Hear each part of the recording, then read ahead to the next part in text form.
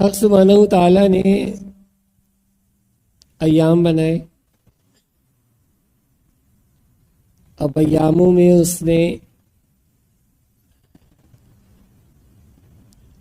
ایک دن کو مقدس ٹھہرایا ہے نا، جمعے کے دن کو، اور جمعے میں بھی ایک خاص وقت کو ہے نا. اب یہ نہیں کہ آپ جمعے کی نماز فجر سے لے کے اور مغرب تک کسی بھی وقت پڑھ سکتے ہیں. الحمدللہ 5 فقہیں موجود ہیں، 4 اہل سنت کی اور ایک فقہ جعفریہ کی. تو 5 فقہ جو ہے وہ ایک ہی وقت میں ادا کرتی ہیں. کوئی یہ نہیں کہتا کہ ہم فجر میں پڑھیں گے، کوئی کہتا ہے عصر میں پڑھیں گے، ہے نا. تو وقت بھی ظہر کا ہی متعین کیا.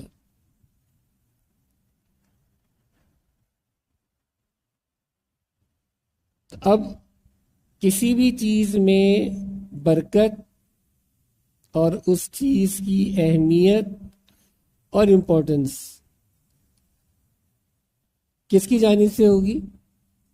حق سبحانہ و تعالیٰ کی طرف سے. یہ تو ایک دن کی مثال دی میں نے، ایک نماز کی مثال دی.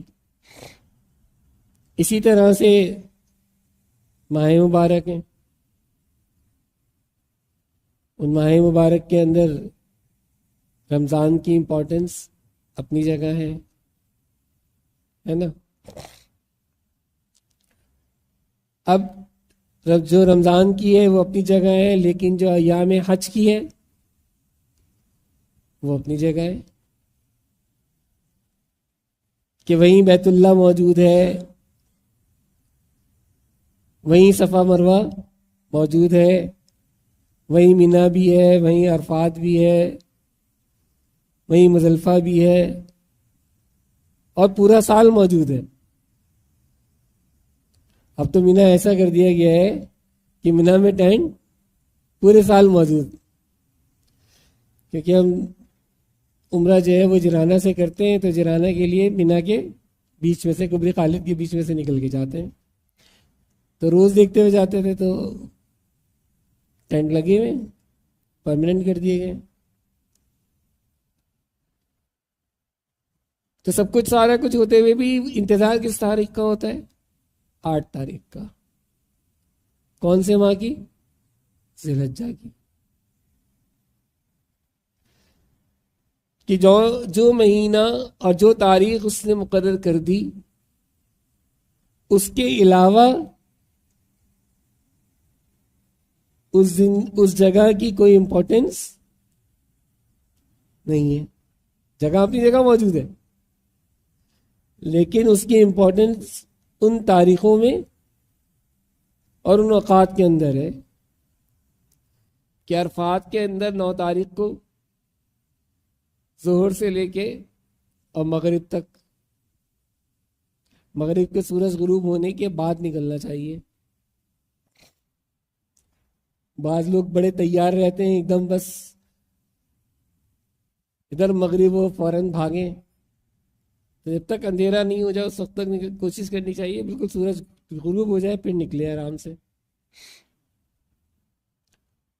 اور پھر مزدلفہ میں جا کے جو ہے وہ مغرب اور عشاء ملا کے پڑھی جاتی ہے. اب مزدلفہ بھی وہیں پہ ہے، لیکن سارا سال کوئی جا کے مزدلفہ کو پوچھتا ہے، اور اس دن رات کو مزدلفہ میں کیسی رونق ہوتی ہے.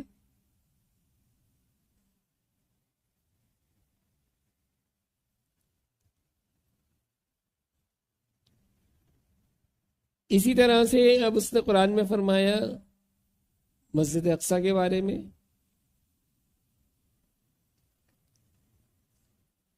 بارکنا حولہ لنور آیاتہ، کہ مقام ایسا ہے کہ جس کے اندر چاروں طرف کیا ہے؟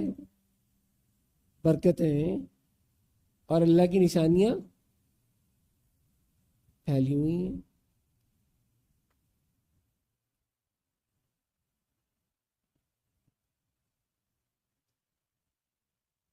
اور اسی وجہ سے اس کی امپورٹنس اتنی زیادہ ہے. اب نشانیاں کیا ہیں کہ ہزاروں انبیاء کے علیہ الصلوۃ والسلام کے مزارات وہاں پر موجود ہیں. ایسا ہے یہ نہیں ہے؟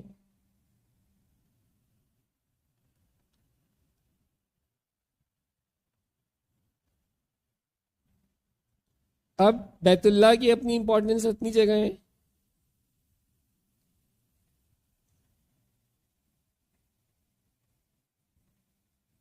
کہ اس کی قسم اللہ تعالیٰ کھا رہا ہے. حاذل بلد الامین. کس کا شہر ہے یہ؟ بلد الامین. امین کون ہے؟ کس کا لقب تھا؟ لوگ کس کو امین کہہ کے پکارتے تھے؟ ہاں، سرکار دو عالم صلی اللہ علیہ وسلم.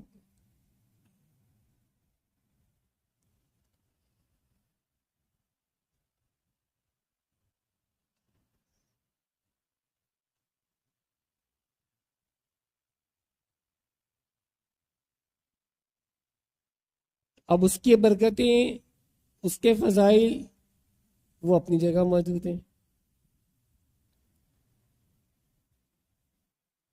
اور مدینے کی برکتیں اور مدینے کے فضائل اپنی جگہ موجود ہیں. اگر مدینے کی برکتیں اور مدینے کے فضائل اپنی جگہ موجود نہ ہوتے تو فتح مکہ ہوا، اور ہونے کے بعد جتنے صحابہ جو مکے سے تعلق رکھتے تھے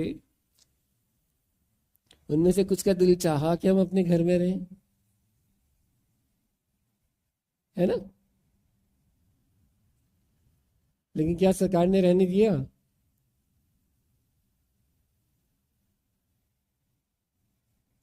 بھائی ایک دفعہ ہجرت کر لی تو کر لی،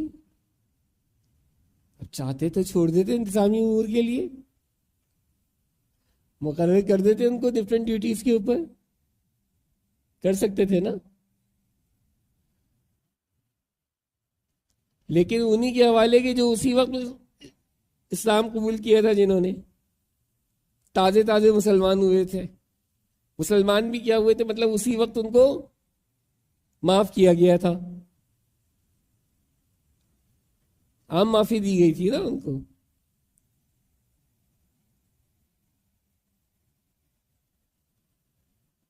ان کے حوالے سب کچھ کر کے اور واپس مدینے کی طرف.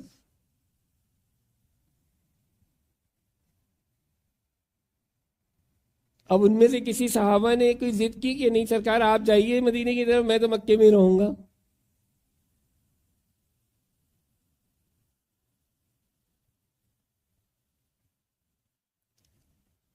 تو آج جو ہم سے سوال کیا جاتا ہے یا ہم سے پوچھا جاتا ہے کہ جناب اتنی زیادہ محبت یا اتنا عشق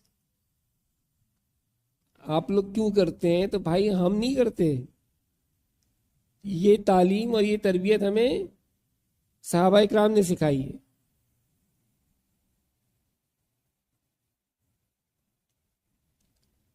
یہ پیچھے سے چلی آ رہی ہے 1450 سال سے.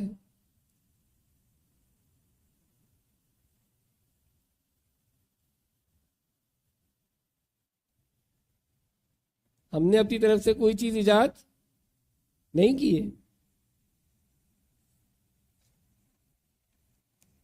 ہمارے ساتھ بیٹھو، پیار محبت سے بات کرو تو ہم ساری باتیں بتا سکتے ہیں. کیوں کہ ہم تو جوڑنے والوں میں سے ہیں، ملا تھوڑی ہے جو توڑنے والوں میں سے ہوں گے. یہ کام تو ملا کا ہے کہ وہ توڑے گا، صوفی کا کام کیا ہے؟ جوڑنا. وہ توڑنے کی بات تو کرتا ہی نہیں ہے. اب کہو جی نہیں جی صوفی نے اپنی طرف سے کچھ ایجاد کر لیا، تو صوفی نے اپنی طرف سے کوئی نہیں ایجاد کیا ہوا. حضرت آدم علیہ الصلوۃ والسلام سے لے کے پیارے آقا کریم علیہ الصلوۃ والسلام تک جتنے انبیاء علیہ الصلوۃ والسلام ہیں، تمام کی سنتیں جو ہیں وہ صوفیزم کے اندر موجود ہیں. تمام انبیاء کی.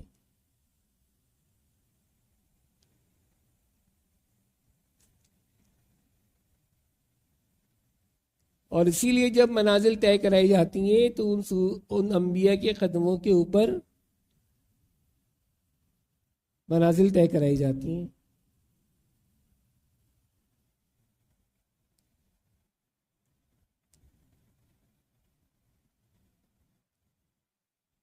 اب مثال کے طور پہ اگر کوئی یہ پوچھے کہ جناب آپ دنیا چھوڑ کے غاروں میں جا کے کیوں رہ رہے ہیں، تو غار کا اور انبیاء کا کوئی تعلق کوئی آج کا تو ہے نہیں. حضرت ابراہیم کہاں رہتے تھے؟ رات کو نکلتے تھے اور نکل کے پھر دیکھتے تھے کبھی چاند کو اور کبھی تاروں کو. میں نہیں کہہ رہا، قرآن کہہ رہا ہے. اور سوچتے تھے شاید یہ خدا ہے.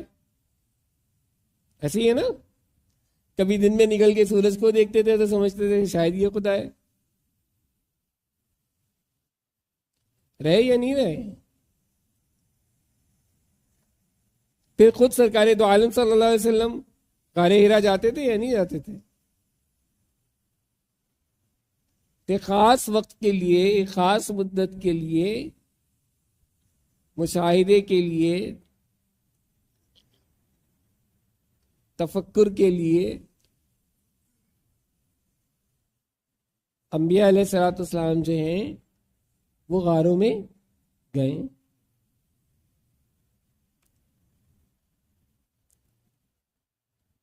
اور کہف تو ہے ہی پورا غاروں والوں کا وہ قصہ. تو اس لیے صوفیہ کے یہاں کوئی بھی چیز جو ہے وہ کہیں باہر سے نہیں آئی ہوئی.